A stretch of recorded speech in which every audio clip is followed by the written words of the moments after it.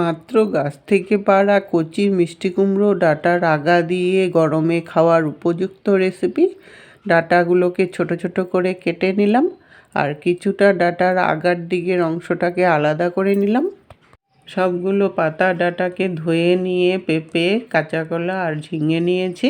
এখন কড়াই বসিয়ে 2 চামচ রিফাইন্ড অয়েল দিয়ে দিলাম। তেলটা গরম হতে হতে এদিকে ভাত বসিয়েছি। ভাতের জলটা গরম হয়ে যাওয়ার পর চালটাকে দিয়ে দিলাম। চালটা দিয়ে এখন ফুটতে দিব। আর এদিকে তেলটাও গরম হয়ে গেছে। 1 চামচ সর্ষে ফোড়নে দিয়ে দিলাম। সর্ষেটাকে ভাজা করে নিয়ে 1 চামচ আদা বাটা দিয়ে দিলাম। আদাটাও একটু ভাজা করে নিয়ে তারপর সবজিগুলোকে দিয়ে দিলাম। সবজির সাথে ভালো করে মিশিয়ে নিয়ে তারপর স্বাদ অনুসারে নুন দিয়ে দিলাম। নুনটা দিয়ে ভালো করে মিশিয়ে নিয়ে 5 মিনিটের জন্য ঢাকা দিয়ে দেবো, তাহলে সবজিটাও মজে যাবে।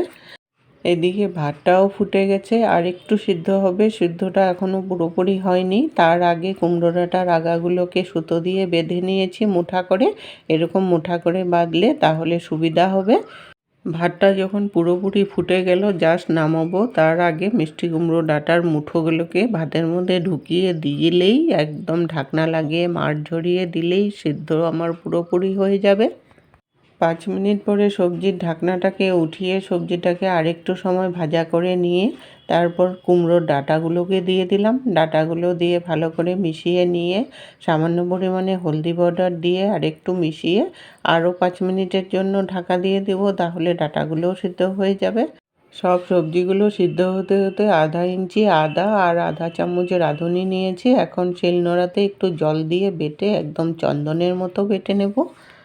সবজিটা যখন ভালো করে সিদ্ধ হয়ে গেল তখন একটু সময় ভাজা করে নিয়ে তারপর এটার মধ্যে অল্প জল দিয়ে দিলাম আর একটু মিষ্টি দিয়ে দিলাম। এখন সবজিটা ফুটতে দেব। জলটা ফুটে উঠলে পরে তারপর রাঁধুনি বাটাটাকে দিয়ে আরও একটু সময় ফুটিয়ে নিলেই একদম মিষ্টি কুমড়ো ডাঁটার শুক্তো রেডি হয়ে গেল। আর এদিকে ভাতের থেকে মিষ্টি কুমড়ো ডাঁটার আগাগুলো বার করে নিয়েছি। সুতাটাকে খুলে নিয়ে স্বাদ অনুসারে একটু নুন আর একটু সরষের তেল দিয়ে মেখে নিলেই গরমে খাওয়ার একদম উপযুক্ত রেসিপি রেডি হয়ে গেল।